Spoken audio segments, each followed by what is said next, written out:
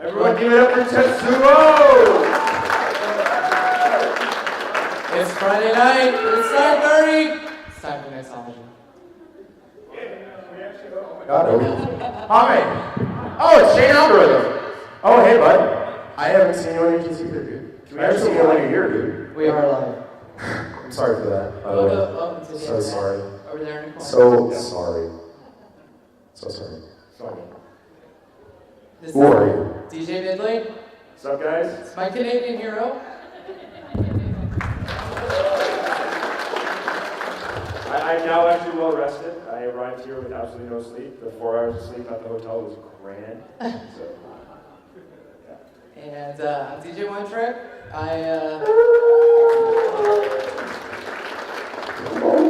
came up with Mixology on pretty much a dare. And this is now we're sitting in front of you. Okay. My name is DJ Tetsuo, and I come from Indianapolis, and I came all the way from BronyCon to be here. And I was like this close to not showing up because, well, my friend bailed me out. So he's just like, you need to do this. Yes. And this morning I just realized that I'm in the pamphlet. And I was like, when did this happen? So, yeah, I came here to help out some You bros. said you wanted to do the mixology panel. I was did. Like, yes, I'm down for that. And But I didn't know that, I thought it was supposed to be super secret, special, whatever. How's everybody doing tonight? You've been calling to So yeah, I bet you guys want to learn how to DJ and stuff. And if you're here for the How Do I Famous panel, please. Yeah. Seriously. Alex S is doing one next door. Yeah. Been going to his panels for those. Yeah. All right, so how do you want to start this off? Who? You guys are the hosts. You invited me to be you guys. I have no idea what's going on. We wanted to pretty much show some fundamentals because there's a lot of DJs out there who got on Amazon and bought a controller and they want to know how to use it. And I think we have a pretty good spread here of talent and styles that we may be able to convey a little bit of how to do that. Maybe we should tell them what our gear is. So we all Yeah, absolutely. You can start, you don't need what we have. I mean, we have some pretty fancy things here. But really, you can go on the internet, pick up a mix track, $100, and you can do the same things that pretty much I do every week on the internet, play music. It's a mix track. Yep. You can pick them up you can get them used on eBay, less than that. Unfortunately, I gave mine away to somebody who wanted to learn how to do it, or else I would. Did you fall apart after a week? No. That is surprising coming from you. Well, this is the Newmark. I'll show you what I have here. This is the Newmark N4, and actually a fairly basic machine. I mean, everyone looks at it and goes, "Oh, there's so many buttons and they glow and they do things and all this stuff." But really, this is compared to what these two guys have here. This is Legos, and they're way down. Yeah. You got mindstorms going on over here. Screw around. So I started off cheap, just like One Trick did. I went with a Hercules, which actually I recommend Newmark over Hercules because my Newmark kind of did die. Like I think you mentioned over there, it was a Newmark DJ console Mark IV. It was alright, it was good to start off with, but I quickly wanted to upgrade, and when I finally did upgrade, I kind of was like, I can either have to upgrade or I can go all the way. So once you're ready to upgrade from your starting mixer, I recommend go big. So I went real big, and I've got a Denon MC 6000. It's a hybrid. This can be a MIDI controller and it can work as a mixer, so I can plug in two Pioneer CDJs, just like that, and I can run it without using a laptop. And I've got Pioneer MC HDJ 1000 headphones. They actually had those in gold too. Another thing that I noticed is that thing is so small. It is. It's so small for a 4-channel mixer. It's packed. I mean, look, it's like one of the few MIDI controllers that has XLR output. So. Whoa! No, wait a minute. That's the future. And XLR in for mics. Because I've been on a lot of controllers like the S4 and the new Mark, and none of them have XLR inputs. You know? We have a question from a guy right there somewhere. You.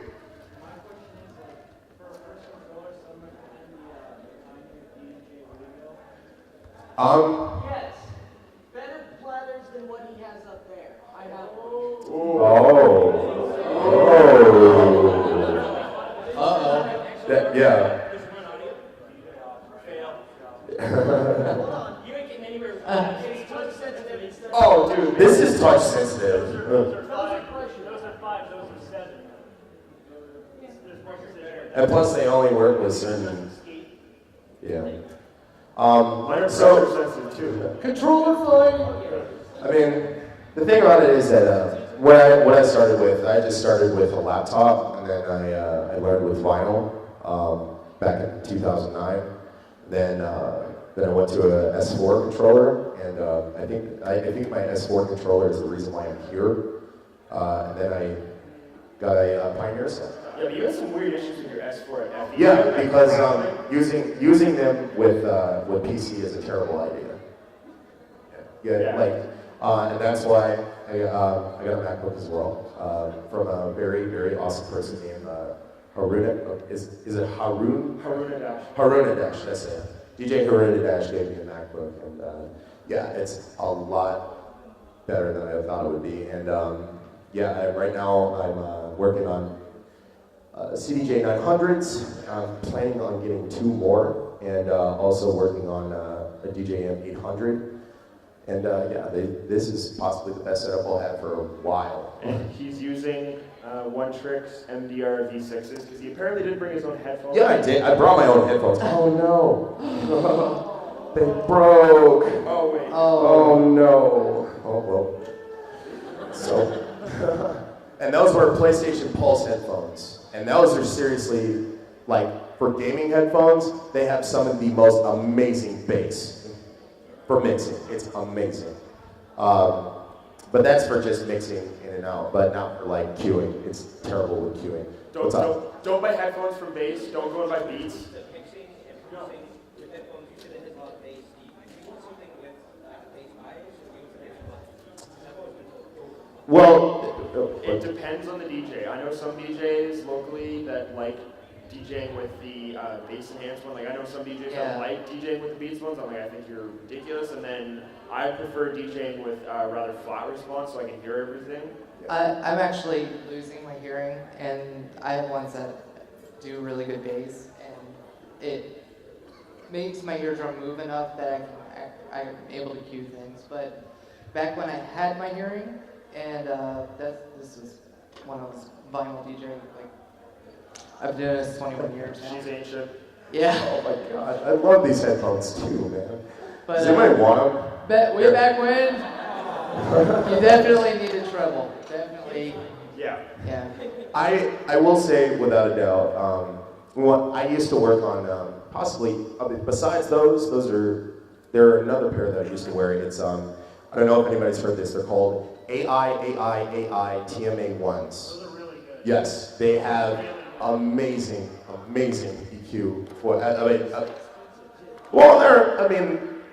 They're better than Beats though, and their headband, at least their headband, like, lasts throughout the entire year. I have to admit. Can you close the door, please? All right, thank you. Thanks, brother. Thank you, sir. But the thing about that is that what was I going to say? The queuing for it, like, they just flap over your ear, like they work better than those. Like, usually with those, I just work through the master through my headphones, and they work out pretty well. But either PlayStation Pulses or III2 TMA ones. So definitely check those out. And that runs around 149. And they're coming out with a GTA 5 version, so now I have a reason to buy another pair. And the TMA ones run to about 169, but you can probably find it on Amazon for 149. I mean, headphones are an important piece, but they're not the end all and be all. I DJed on $10 headphones before at anime conventions and did an alright job. Earbuds are a bit difficult, but you can do it. You can do it. It's just your ears are definitely going to hurt afterwards. Oh. Big thing for headphones though is comfort. I've gone through a lot of headphones that are not comfortable. The Newmark Red Waves for one, after about an hour, those things just dug in my ears were not cool. So focus on finding headphones that you can put on your ears for like 2, 3, 4 hours at a time. 11 hours? Yeah, or 11 hours if you want to try DJing for 11 hours like I did. Yeah. Anyone want to try Been there. Go 12 hours? I know Frozen Sounds in the audience. He's the one that threw down the towel at 6 hours, and then I just decided to go 11 hours. Still don't know how. But Youngin. Were you guys doing like a Youngin. DJ boxing match or something? No, he did like 5 hours, and then I was like, I'm going to DJ, and I kept DJing, and then next thing I knew it was 5 a.m., and I DJed for 11 hours. Oh, cool. Is Frozen Sound in here? Frozen Sound? No? Yeah, I think he's watching on stream. No? Okay. Oh, he's watching on stream. Oh. He Hey, is- Frozen Sound, what's up? He is in Germany, my friend. Damn GalaCon. Well, PJ's down here from Norway. So. And they invited me and Additive to DJ, but they were just like, oh, we would love you to play at GalaCon, but first you need to pay for your airline ticket, you need to pay for your hotel, and you need to pay for a badge, of all things. So, yeah, not going there. That's my badge, Collins. Yeah.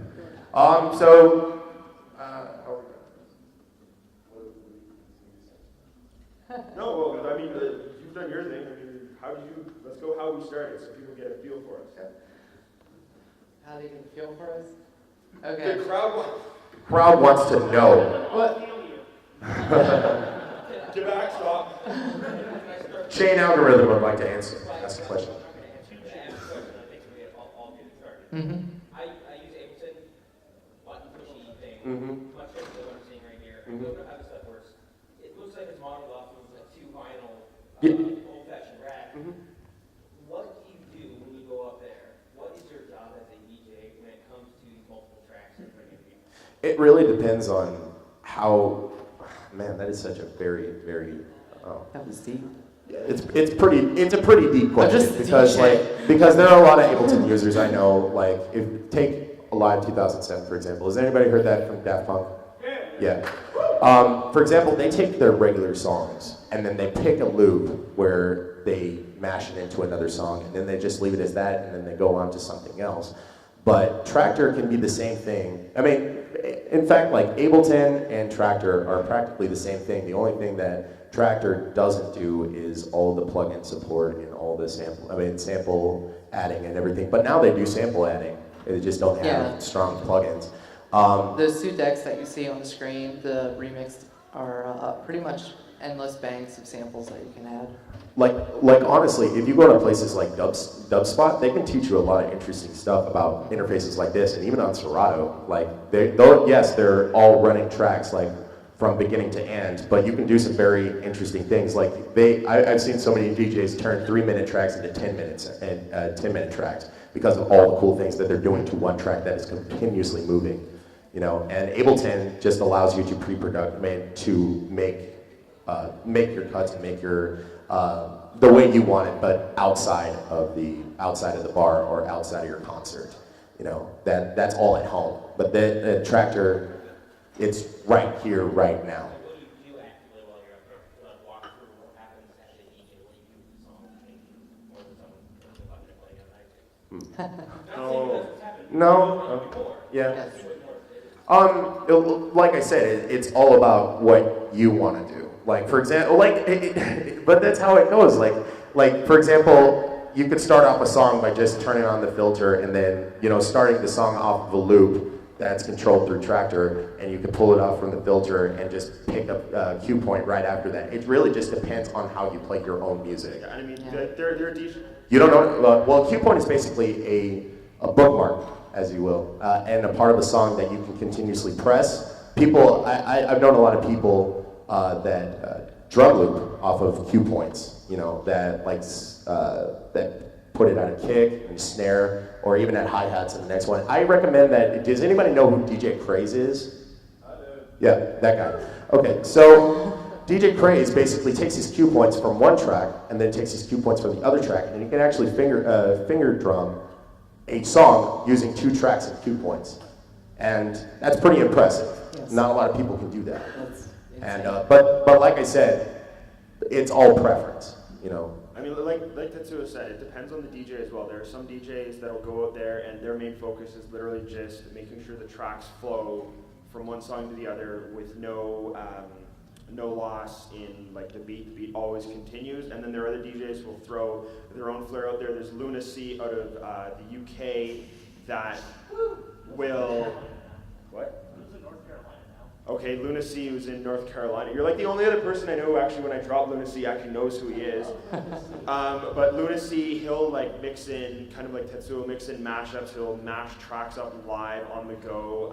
And he's using similar setup to Tetsuo here, only without using Tractor. He's actually doing it old school. And then you got DJs like One Trick and I that pretty much we're looking to make sure the beat never ends. Yep. We'll occasionally throw in our own flair. Then you got DJs that'll go out there and throw in some vinyl turntablism, scratching, mostly hip hop and dubstep DJs, and then Yeah. it's all up to like your own DJ style. I mean, Yeah. big thing is as long as you're actually making sure the beat never stops and you're not just like, you know, pretty much turning it into a CD where you're queuing from the intro and the outro, then you're all good. There's way too many mix videos I see out there on YouTube, especially in the Brony community, where it pretty much sounds like I'm listening to a CD. The minute the beat stops, the guy starts a tempo in the other song, and he's like, look at this mix I did. Or it's literally just a playlist of songs, and they're like, look at the mix I did. Yeah, and Don't do that. and some of them have the most basic transitions ever. Like some of them, just like at the end of the song, they'll just push the crossfader over, and then bam, into the next song. That's like. A lot of people like to mix it up. Like for example, they use the crossfaders and scratch or cue scratch into the next song, and that's how they work it out. Like when you see it vinyl record players. A lot of people like to press Q. For like myself, I love the Q button on this thing. Like I said, it's just based on preference. I'm just old school. I'm kind of, yeah, as soon as I start getting the downbeat, I just get the other song going and I just roll with it. Doing a lot of trance, I don't get a lot of the scratch and stuff that all these new kids are doing. I'm not scratching. Hey, old school mix. Yeah, it's like turntables was old No, school. Turntables yeah. was like hip hop, Fresh Prince. Yeah, I was never Fresh good at that. DJ Jazzy Jeff and Will Smith. You know, I tried doing that stuff for years, and I just could never get it down. And I just went with trance and a lot of house music. Like Silva Hound is just my big love. Isn't he here? Right, Yes. He was here. He was hugging. He was here. Yeah. Yeah. It's tomorrow, but Yeah. yeah. Anyway, we can talk about how we started, and then we can open up for questions. If anybody has any dying questions that they would like Starting to with ask. One Trick to my left. Start with One Trick. Back in 1995, I experienced my first, what you would consider like an underground rave club. Basically, we took over an old shopping, grocery store type place and turned it into a club for a weekend. And that was my first experience with it. And you walk in, it was basically a table just like this, where DJs were just lined up and they were all just all night long going at it. And I said, you know what, I gotta get into this. And back then there was no turntables, no MIDI controllers, no CDJs. It was all vinyl. I started with vinyl, and now I'm spoiled. I have this thing, I just push buttons and it does all the real hard stuff that I learned, and it's pretty awesome. But I spent the majority of 10 years after that learning how to DJ and getting into small gigs here and there. After that, I moved up into large clubs in Central Florida. I've been playing through Tampa. I've done circuit parties from here to California. And now I'm spinning pony music. Yeah. Upgrade. I was always a big fan of EDM. I started really early with listening to Paul Oakenfold back when I was 10. I got into him by a total fluke. I was looking for space music after I heard the Titan AE soundtrack. Found Paul Oakenfold live at Space in Ibiza, heard those beats, and I was gone. Later down the line, went to a couple of raves. I was a big anime kid, so I was going to these anime conventions that had these dances, and there were these clowns up on laptops with like no MIDI controller, no nothing, pretty much tending to a Winamp playlist. I'm like, okay, they're playing similar music to the raves that I'm going to, yet there's not the DJ vibe. So I was looking around Ontario and Quebec. I'm like, are there anyone who's DJing anime conventions? No one was DJing anime conventions up there. So I'm like, okay, you know what? I'm gonna try doing that. I'm gonna figure out a way to do that. 6 months, 8 months passes. I see an ad in the paper advertising this Hercules DJ Control MP3 E2, which was a garbage controller. It was $100. I'm like, oh, yay, $100. Drop that down and realized I couldn't do anything live with that. So I quickly went up to the DJ Console Mark IV, and then I went up to one of the conventions, and I'm like, hey, I'd like to DJ for you, and they were like, sure. Why not? You would come to our convention anyways. And then from there, it just took off. I started with Naru to You in Ottawa, then I did G-Anime, and once Ponies came around, it just seemed natural to me. I'm like, well, I'm DJing for one fandom. Why don't I start DJing for another fandom? Put out a couple of mixes on YouTube. Was mixing for Brony Radio, and then I kind of got busy with school, and then out of nowhere, One Trick sends me a message, and is like, hey, I'd love to have you on Mixology. And not gonna lie, I kind of had a bit of a, oh my goodness, is this like serious? Because like Mixology was huge and still is. So then I did one set, and then she liked it, and then I kept going, and I've been doing Mixology ever since. Still DJing for the anime conventions. Came out of Fiesta Equestria, so started to DJ the pony conventions, and having a blast. Yeah. Yeah. Cool story, bro. That was cool, bro. Cool story, bro. Ouch. The first time I ever DJ'd was back in 2009 in San Diego, California. As soon as I got out of boot camp for the Coast Guard, like I moved to, I was stationed in San Diego, and I was basically looking for something to do, and I basically said, I don't want to go surfing, I don't want to learn how to cook, I don't want to do any of these hobbies that these people are doing. And I was like, I want to really know how to DJ, because it looks pretty awesome, and I really want to learn how to do it. And then there was one of my teachers, or her name is DJ PB Nuts, and she's a clubhouse DJ, and she taught me everything that I know now with Techniques 1200s, and then I upgraded from that by going over to Tractor and then just uploading mixes on SoundCloud. And then I bought my own controller. It was a S4, cost me around $1,100, and I basically have been using that since 2011. From now, I pretty much, I seriously want to find a gig good enough where I'll just destroy it on stage because I'm done with it. But then I moved over to a DJ M800, and my first con experience that I ever did was at ColossCon 2012 in Ohio. And there was a scheduled rave, and I kind of bombed it because some guy just came over and was like, hey, do you want to DJ? And I'm like, yeah, sure. And then that room that we DJ'd in, that me and two other DJs played, got more people than the actual promoted rave.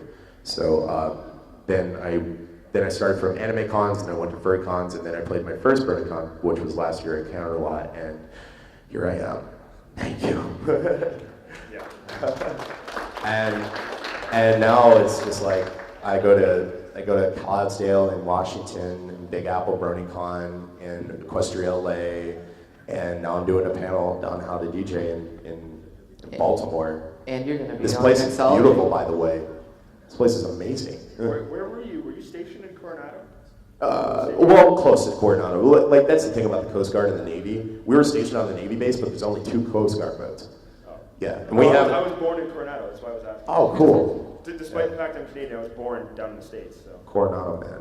Yeah. Coronado. I hate going over there because there's no U-turn if you don't have. There's no U-turn. The island's a dump. Yeah.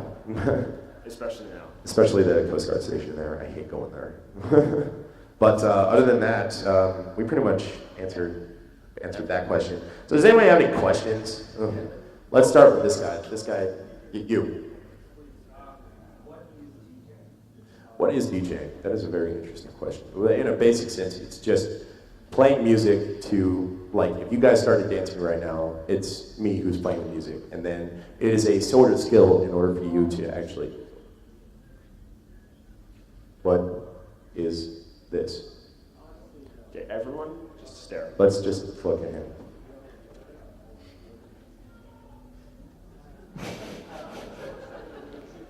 This is happening right now. This is really happening right now. It's like this guy's never been to a movie theater before.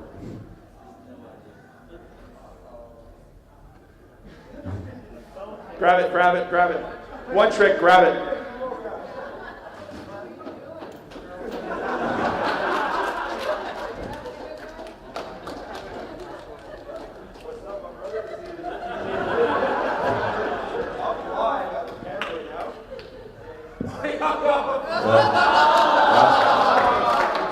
We had a fun time too. Mess up my panel. What the hell's wrong with you? So yeah, DJing. DJing is basically playing music, but the thing about it is that it's playing music in your style and in your way of listening to it. It's basically like an atmosphere changer. Like a club DJ, when you go to a club, when you hear that song that you heard back when you were like 9 or 10, you say like, "Oh snap, I love this song." Yes. He creates an atmosphere for you, creates an emotion for you. That's the essence of DJing. It's not all about glitz and glamour. It's basically, changing the emotion of the audience. It's basically like a composer, Like, Yeah. what's your explanation? So a DJ is the master selector note.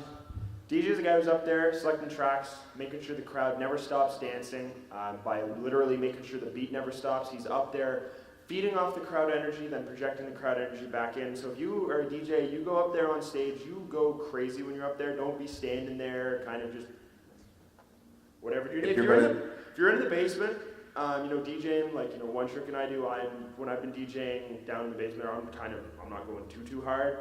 But if you're up on stage, go crazy. The crowd will love you for it. And that's the big thing, is the DJ's there to provide a good crowd vibe and atmosphere, like he said. Yeah, like if you're going to stand like a tree on stage, everyone else is going to stand like a tree. Yeah. Everybody's going to say like, he's got a good music selection, but I don't see the energy. Why should I listen to this guy? If you're like me, if you're screaming and just like beat matching and raging, everybody's going to rage. Everybody's going to feel it. Everybody's going to say like, I want to rage like that guy. What's up? Well, I just moved the slider back and forth. Good job. Brony appreciation. Give her a hand of applause. Round of applause, whatever. All right, everyone stop. You. I whip my slider back and forth. Advice. A lot of people say it's hard. A lot of people say it's not hard. It's very. Can you count to 4? It's that simple. You can DJ. Yeah. What you do is you put your song on the master, and then when you're listening to your song on the cue, which is like inside your headphones, just count 1, 2, 3, 4, and if it goes to the drum beat of that song, that's the song that everybody's listening to, then you're good. Then you just find a good place to launch that song. Yeah. Oh, and if you have Tracker, it'll actually count out the measures for you. You can turn that on. You can turn on your master, or you can turn off the beat clock, which is the line on the bottom of the. I just want to stand up. I'm going to stand up. You stand up. Okay, so I'm going to tell you about the interface here. This line right here, this basically tells you how off you are from the master. Since this song is the master, can you play track B?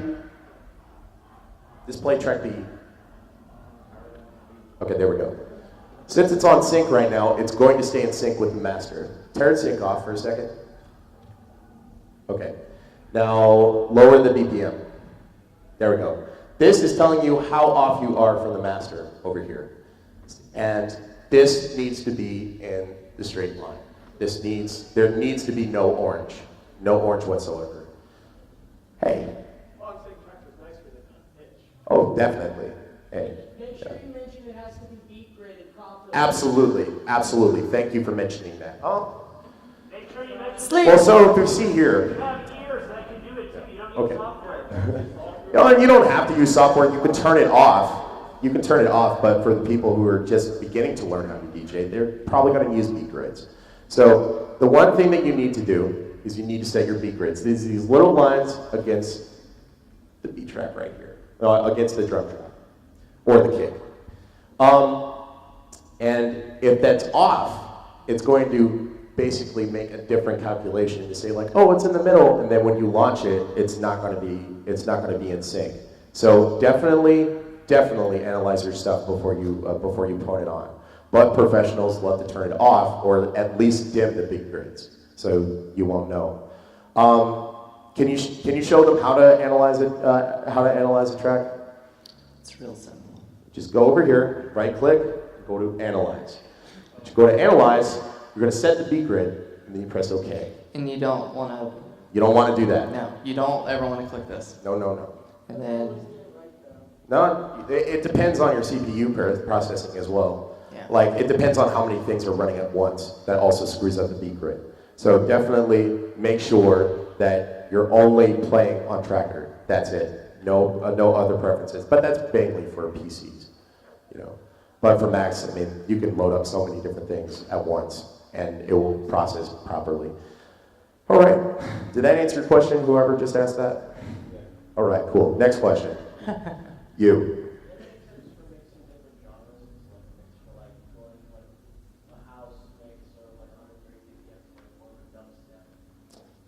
I got a few. Yeah, go for it. So, specifically house to dubstep?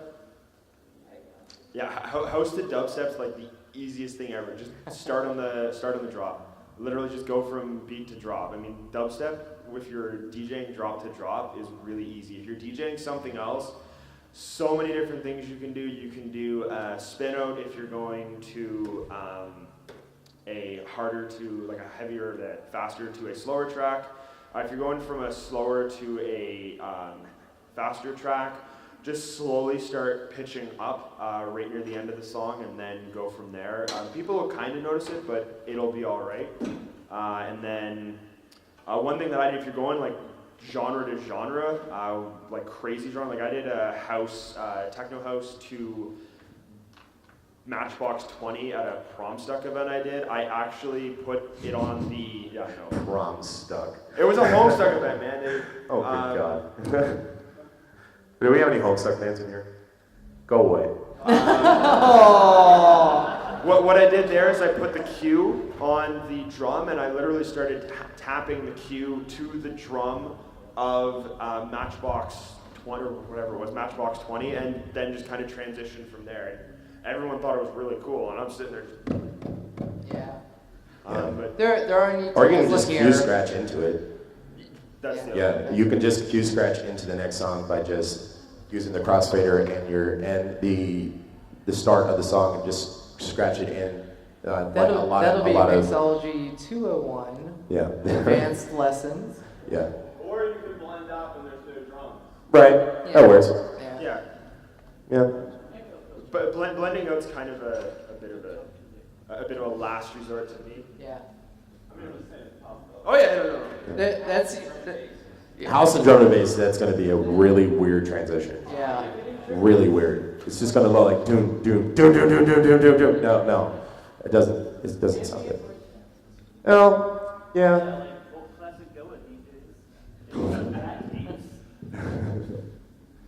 All right. Anybody else? You. Any tips for making hip hop in particular? What do you mean? Like, I'm interested in making hip hop music. Oh, you're just like making it? IB, you in here? IB? Yeah, Ivy's on stage right now.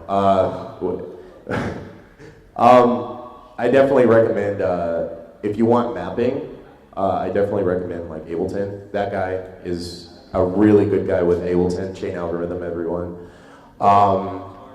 Tomorrow night he's doing an Ableton live set. If you want more control, like actually using your fingers, you can buy a machine or you can buy a MPD by Akai. Those Launchpad's good. Launchpads are good too. Launchpad's APC only, 40s as well. Launchpad's only like $149.99. It's pretty good. And a lot of producers, if you went to the musicians panel, I would say about 75% of them use FL Studio. So, yeah, I think that's your answer. Yeah, no problem. Next question. You. Is it really necessary to have a piece of hardware when starting out like you guys, or is it okay working with just the VST stuff? It's hard when you're using everything mapped out to a keyboard when you're DJing, and you don't get the tactile feel for it. You really do need the tactile feel of the knobs and the platter. Well, just for starting out. I will have to say, like, Well, if you're talking producing, yeah, nothing wrong with that. But Yeah. if you're DJ, what's up? You said that you were talking about producing. When you get a controller, and this is for everyone. A lot of people say, oh, you could just start, get FL Studio, get a program, just start with your computer, and you can make music. It is like you're saying, the tactile touch is so much to it. I suggest going to Guitar Center. They have like it's a Chord Nano pad. Go Nanos are like $100, aren't they? Oh, 50? Little tiny board that you can slip in your laptop bag. It has 8 knobs and 8 little sliders. I don't know. Got someone. Like in Reason or Ableton, you can literally program what they do. So you can say, okay, I have this VST, I want this knob to make this thing at this rate. And so then, if you're writing music, as your track goes, you're all going to change stuff. Like if you listen to my music, a lot of different things are changing, and it's because I have those knobs that I can, in real time, get the feel for it. Yeah, like even DJing on a laptop is not easy. Yeah. You're always going to be going through sync. Like there's no way that you could just press a cue point, find the button that plays play, and then go over to the mouse and then use the tempo faders. And plus, you're working on one sound card inside of a computer, so like you're going to have to find another sound card in order to cue the song that you're trying to play. and touchpads can fail. Oh, yeah. Touchpads can fail. Touchpads can run an issue. So can mice. Mice that are nowhere can just fly all over the place, and that would totally screw up, especially if you're mixing live. I will say this as a recommendation for people who don't want to use hardware, for your tablets even, like a Tractor DJ is a really awesome product for iPad. Without any type of hardware, it's the same type of interface that you see here, but you're more in touch with what you're doing. Like you got your crossfaders, you have your loop buttons, you have so much going at once that you could just use your fingers to do it. It's actually quite simple to use. And if you want to get more in touch with DJing, you should definitely get the Tractor DJ for the iPhone and the iPad. Any other? I saw a hand over there. You, right there. Right there. The only one that's The only one who's got his the hand only over one. there. How do you guys like to deal with tracks that change BPM? Like you have a specific approach, do you do it differently depending on what BPM you're moving from to in the song? I usually don't play them. I usually just was like, well, people don't really know what this song is either way, so I don't think it's gonna hurt or make my performance any better. So In Tractor, it can make it. you do have an option to delete the 4/4 beat grid, and it will just mark like all the bass hits. So if it does change tempo later on in the song, you will still have those grid marks, and it will still sync, and it will still track it with the dilation where you saw the meter moving back and forth. You can do that. That's a little. Let's see if I can show it on here. You can go into the grid here, and you can delete it, and it added a couple more lines up there. It's really just picking out anything that it thinks is a beat of some kind. So if this song was to, as you can see, there's no beat grid here, and then, it thinks there's something there, and then most definitely something there. Now, as Tractor runs up to that point right there, it will be on cue to hit the next track, and it will follow on like that. And I will say that those kind of tracks, the ones that go from like dubstep to drum and bass, like for example, has anybody heard the song Sunlight by Modestep? Yeah, like where it will just it will start by dubstep, and around its build up, it will just keep going faster and faster in drum and bass. I will say that it can be a challenge, like for yourself, and you can just mix off of that to drum and bass, and then you can find another songs that just bring you back to where you started. That's the interesting thing about DJing, is that you actually know your library when you're playing, and yeah. to answer that question, 9 times out of 10, those tracks, they Don't either exist. but they either start off with a specific type and then go, or they end off. There's no kind of variance there. So because of that, what I'll use them for is I'll either use them to start off a mix, to end off a mix, or if I've got one track like that, dubstep to drum and bass, something like that, if I actually want to do a transition myself, like I want to go from house to trance, I'll use that track as my transition track, which some of those tracks are really great. I know a lot of the DJs back home in Ottawa, they've got some dubstep or house to drum and bass or hardcore to drum and bass, and that's what they'll use to literally be able to spin hardcore and drum and bass in the same set. But in a lot of cases, they're few and far between, and just don't use them, or mix Cue out up your them. microphone and just start talking to everybody. Mix out of them before they start going into whatever their secondary segment is. All right. Any more questions? You. Any software to just like stay away from in general? Virtual DJ. Yeah, virtual DJ. Stay far away from. What are you using? Stay away from it. What is this you're using here? Stay away from it Wait. because you will get stuck in a rut with it, and you'll become so damn used to it, and you'll want to go further, and you can't because you're kind of stuck with virtual DJ, which is right where I'm at right now. They're all like, they both got Tractor. I'm running virtual DJ still. Tractor's not on this laptop because this is a new laptop. I've got Tractor on my old one, and I'm still trying to get it, trying to learn how to use it, but I haven't got it perfected yet to where I can mix with it live. So. Tractor's a good place to start. It's only like $80. And Native Instruments has really good support for it. Also, for iPad users, stay away from algorithm DJ. But not Stay chain away. algorithm. Not chain algorithm, Yeah. but yeah. Stay away There- from there is a- DJ algorithm. There is a program that you can use for it. It basically is a vinyl simulator, but it's really not. And it won't teach you anything, and it has the worst CPU issues ever. And it's so slow, and the frame rate's so bad, it will not get you anywhere. But other than that, personally, yeah, that's it. Yeah. Well, what they want to get Stay away from. Tractor's too spongy. It is. Tractor has a better response. No, Tractor's too spongy. Serato's way better for When vinyl response. you're getting the real fast, real small baby scratches, Tractor makes it way better than Serato. DJ debate number 1. Yes. Serato versus Tractor in the issue of baby scratches. Spongy or it's too smooth? You. I have a question. When you guys go DJ a party, do you guys already know exactly what it is? Is it everything pre-planned, or you sometimes you change it around a little bit if you have certain requests from?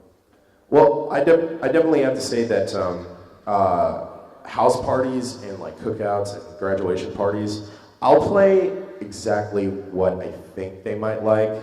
Like for example, I was at a graduation party, and as soon as I got up there, I just said request open, because I don't know what the hell kids are listening to these days. I'm gonna be real honest. Besides Bronies, yeah, I know what they're listening to, but I like kids like from high school and everything. Just like, hey, can you play Nicki Minaj? Da da da da. It's like, what is that? Who is this person? Is it a person? No, but yeah, like when you go to those kind of places, I would say play what they think they might like. Play a little bit of Deadmau5 or play some Steve Aoki or something like that, because my kids like to dance. But then when they start to say, hey, can you play Waka Flocka Flame? Okay. That's when you say how bad you want to listen to it. I've been like, how bad do you want to listen to a kid? And then you pull out the tip jar.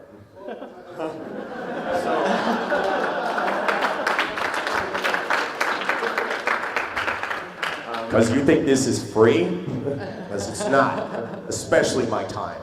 Next question. Oh, I'm sorry. Did I answer your question though? I've been to a couple of like really big parties or South Beach where the DJ sometimes, and I talked to him after a big party that we had. I said, well, they're going to listen to what I want to play, and that's the way it is. Well, then I cannot. If it doesn't blend into the crowd, then sooner or that's later, like a huge DJ mistake. That's You're the- there to DJ Yeah. for the crowd. Like, you gotta take a look at what the crowd's liking, and you gotta change it from there. Most of the gigs I go into, I have a mixed plan that'll fill it, but I totally am prepared to deviate from that if I start dropping a bunch of tracks that I see they really don't like. Like, that Promstuck thing I DJ'd at, I was planning to play all Homestuck music, and I realized they kind of were dancing to it because it was a bit too chiptune-y, and then I literally grabbed one of my house folders, because I have all my tracks genre sorted already, both pony and non-pony track genre sorted, and that's the biggest thing that I'd recommend doing, because if you need to say, hey, there looks like they're more into house, you can go into that. So have a mixed plan, but always be prepared to deviate, and you're there to DJ for the crowd, you're there to make sure the crowd has a good time. I know there's a lot of DJs that kind of fall into this snobby attitude of, I'm going to DJ my own stuff. And, you know, I wish I was that self-centered. Like, Yeah. when you think about it in the way of the audience, you say like, oh, this guy's playing awesome music, and nobody's listening to it. And say like, oh my God, this guy sucks. But you gotta realize in the audience, it would be like, what if I was listening to hip hop in a club? I hate hip hop. I seriously hate it. So I gotta at least find a thing that is going to relate to these guys that are out there. So I mean, that works. This is why we have iTunes. That works for Yeah. big one DJ, like if you're DJing an entire event yourself. If you're kind of DJing a multi-genre event like a rave, and if you're known as a DNB DJ and someone comes up to you and is like, play some trance, no, you keep playing drum and bass because you're there to play drum and bass, and if they want to play trance, well, they can wait three DJs down, and they can listen to the trance DJ. Absolutely. Down. That's Absolutely. where that varies. That's beauty of concerts. All right, but did I answer your question? All right, no problem. You. Sorry, man. I'll get to you next. What's up? If you don't mind, I have 2 questions. Make it quick. Alright, so I started DJing about 5 months ago. I'm relatively new on. I use virtual DJ. I do a radio show every week. I perform some simple mixes. Can Tractor Pro broadcast? Absolutely. Yeah. Absolutely. If you're running IceCast, it's Pretty IceCast is simple. built right into Tractor. If you're doing Shoutcast, you kind of have to go another route. You have to get something that'll record your output and then send it. My favorite tool in the world is called Butt. It's broadcast using this tool. It basically, you give it an input, it transcodes it, and sends it to Shoutcast. But if you're on IceCast, it's built in. You just gotta go in and just set it up, Gotta and go- server in, and hit go. Yeah, you just gotta go into preferences, and then there'll be a tab that says broadcast on it, and then you would pick your application, and you would pick your source for the broadcast, and then you just go, pretty much. Boom. What was your? Second question. You had a second question? Yeah. I have a Newmark Mixtrack Pro. Will that work for that? Possibly. Yeah, absolutely. She's using a Newmark N4. Well, that's the thing is that Newmark likes to differentiate all their hardware. For example, the Yeah. NS7. I actually started Mixology with the Mixtrack Pro because I wasn't sure I wanted to invest all the money to get back into DJing again. So I just went out and spent $150. I got a Mixtrack Pro, and I ran Mixology for 3 months like that. And I said, you know what? I'll just go do it pro. I guess. Yeah. Word. Yeah. Like they actually have this place called TractorBible.com where you can download drivers and download mappings to any controller imaginable that will work on Tractor. Even like they have ones for they even have one for a 360. Not even kidding. Yep. They have one for the exact 360 console. Like you can actually DJ with Tractor with that. Guitar Hero controllers Yeah. actually. Ian Golden from DJ Tech Tools actually made a video at a party where he was mapped a Guitar Hero controller to Tractor and played it. It was actually pretty damn impressive. Oh, we're the sexiest panel of BronyCon. Thanks, White Thank Box you. Zod, King Zod on Twitter. King Zod on Twitter calls it the Thanks. sexiest panel of Whatever, 2013. Sexiest panel 2013. You're welcome. Yeah. All right. We have 10 minutes. All right, 10 minutes. Let's go for a question speed round. All right, you. Make it fast. Okay, so how is it that every time I make a request of a DJ Because we do. Because we have to. What? Magic. We- Lots we- and lots lots- of dark magic. Yeah, trust me, we build the libraries, we sift through the libraries, and it takes a long time. Like my MLP library, I had to sit there for 8 hours sifting through that, and that's what we do. Yeah. That's how. That's, But like, how? Do you grab like armfuls of CDs? Do you just rip stuff off the internet? No, we just look for it on the internet. You know, Yeah, like really. we just know what's happening. We know what's popular that's going on in the fandom, and that even goes for club gigs too. Yeah. You know, like Blurred Lines is what everybody's listening to by T.I. and some other dude, and Robin Thicke. That's it. And everybody asks, it's just like, hey, can you play Blurred Lines? And it was just like, why do I have this song? It's because of stupid questions like that, you know. But yeah, you just got to be prepared whether you like it or not. next question. Next question. Over there. You in the In the back. you. Are there any formal classes that we could take, like hands-on, you know? I don't know. Yeah. Oh well, there is Dubspot. Dubspot costs $14,000 though. Yeah. There is also, be aware, there's something on Facebook that pops up occasionally, some DJ school, don't go to Don't that. do it. It's some scam. Huge scam. You could literally get the same amount of crap they teach if you bought How to DJ for Dummies. Or Which just- does exist. If you guys really, That's like, oh well, yeah. I haven't told you guys yet, but I am gonna, since I am moving away from taking summer and winter classes and just killing myself with school, I am gonna start actually getting on live stream and sharing my screen, putting my camera down, and showing you everything from just matching these beats with sync to moving on to more advanced stuff. So if you follow, like on my Twitter, on Mixology, on Everfree.net, this is going to pop up here in the future, and we'll get more into it. I'll have the microphone on. Everyone can send me questions, and we'll sit there and go through it. And there's no time limit like here. You. Okay, it's a little bit of a long one. And it's mostly for one trip over there. Mhm. With the advent of new technology in the past 5 to 10 years, such as controllers, the sync button, et cetera, and like it opening up, like it lowers the threshold to entry to be able to become a DJ. Yeah. Do you feel that it has led to a situation where it's now quantity over quality? That's why we're Damn. sitting up here. We're sitting up here because we know that there's a bunch of you out there that want to do this, and That are willing to do whatever it takes to just Yeah.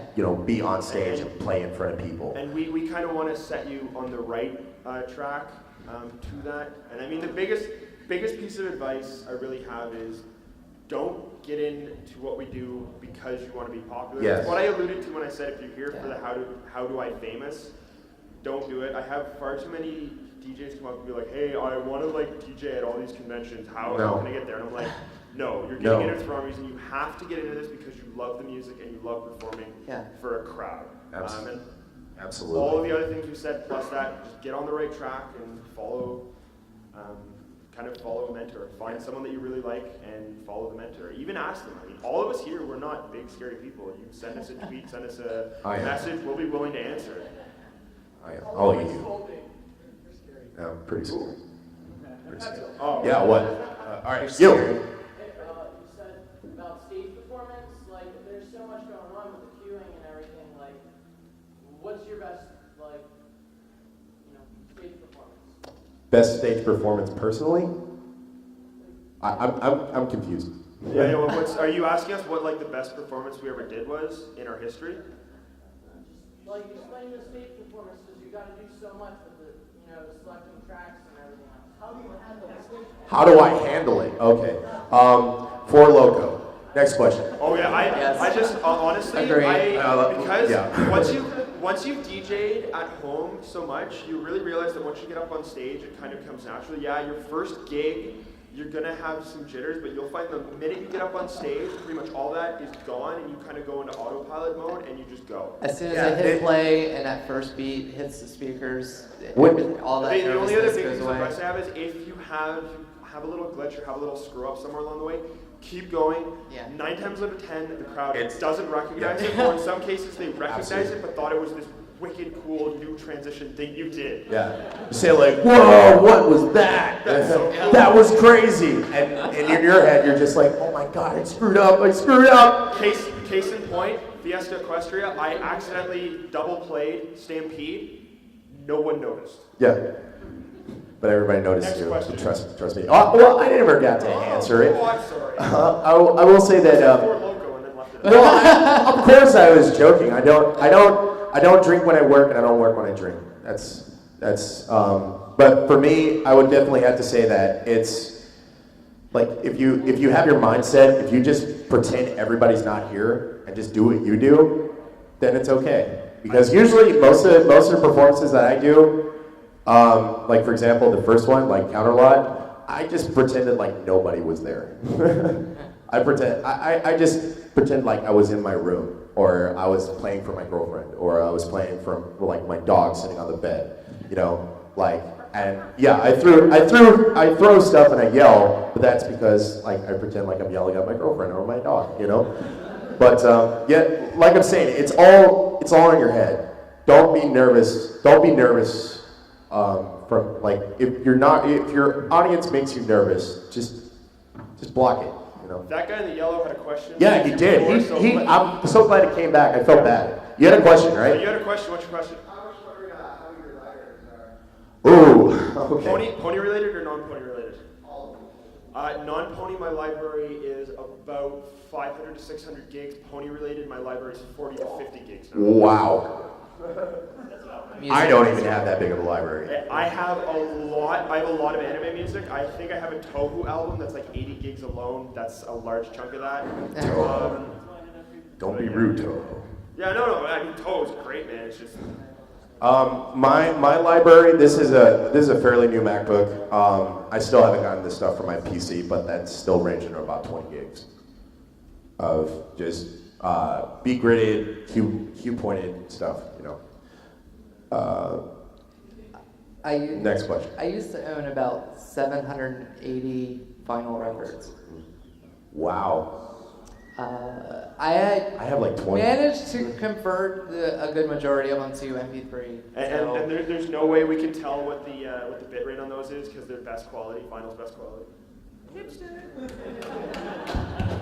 All right, we got 2 minutes left. You. Yeah. One question for you, because I know a lot of people always ask, what's the best drivers as in your mixtables? I don't always ask that question, but what would be your most ideal CPU set? Ooh, you mean for like latency, right? For latency, your best. If money was no option, what would be your best system? MacBook. Mine, Hardware. i5 or i7. i5's fine, and 8 to 16 gigs of RAM. I've been able to work off that. That's for DJing. If you're looking to do music production, Shane, say what are you looking at? Music production wise. What's your RAM? My RAM is 8 gigs, 2 or 9. Oh, sorry, 8 gigs. It's like how you did 9. I got 8 My- RAM and 8 cores. 8 cores, bro. My ideal system is basically working on a 15-inch MacBook Pro Retina, running 16 gigs, having 2 hard drives, one for Tractor, the others for my music, and SSD basically, and and i7 of course. I'd also recommend get your laptop with design to lightweight. Like I just got an Ultrabook. I'm so happy that I've got the Ultrabook. The MacBooks are great. I used to lug around a big Dell, and it was a nightmare. Especially if you fly around, it's a nightmare to carry that around. So that's that. The gentleman right there, you had a question. Yeah, what would you do if you woke up one day and all your gear points, everything? I would end my life. Interesting story. Counterlot. The day of my performance at Counterlot, my entire library was erased. Yeah, because don't ever trust Sony Bio. Don't ever trust it. A week before one of my gigs, I lost a 500 gig hard drive filled with music. You panic, and get back on track and you get it done. You literally will do what you need to do for the upcoming gig and then go back and kind of do that. I don't have too many cue points in my library because I guess I'm a bit more freestyle, but Yeah. Those 780 vinyls I talked about, my ex sold them on eBay for $100. What? Kill him. yeah. Can we? We got a guy. We got a pitchfork over there. Pretty much. All we need is a look. We got a sword over there. All we need is the torches. Where's your ex-boyfriend live? Sell vinyl collection. For $100. Yep. I lost Yes. my ex destroyed my 200 record vinyl collection. Yeah. Wow. Yeah. And those You were all don't do rave. that. Those were You all don't rave do vinyls, that. weren't they?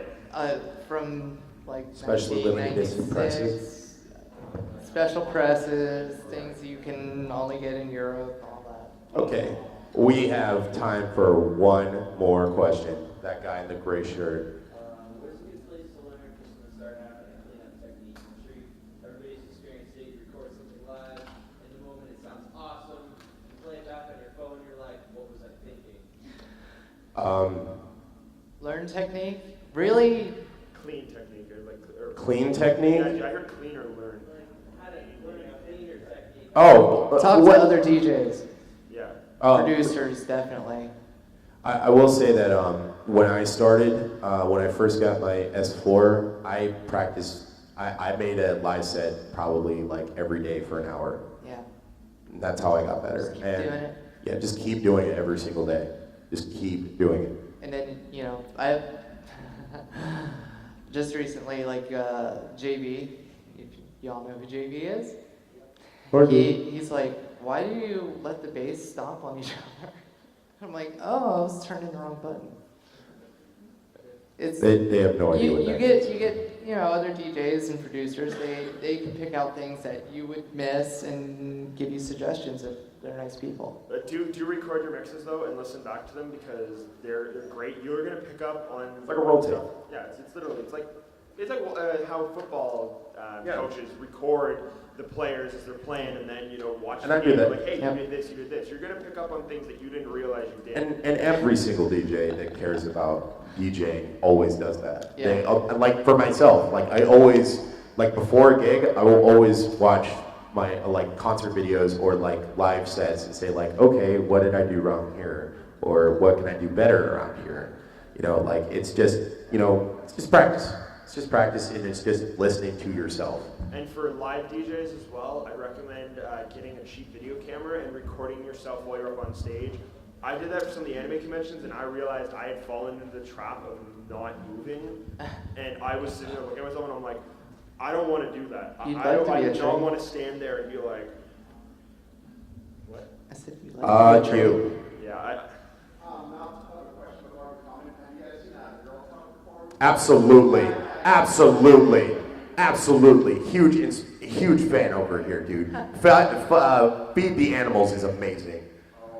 That is like you guys desperately. If you want to learn about mashing up, definitely listen to Feed the Animals by Girl Talk, and his concerts are absolutely incredible. As an aside, is there any panel in here in the next half hour?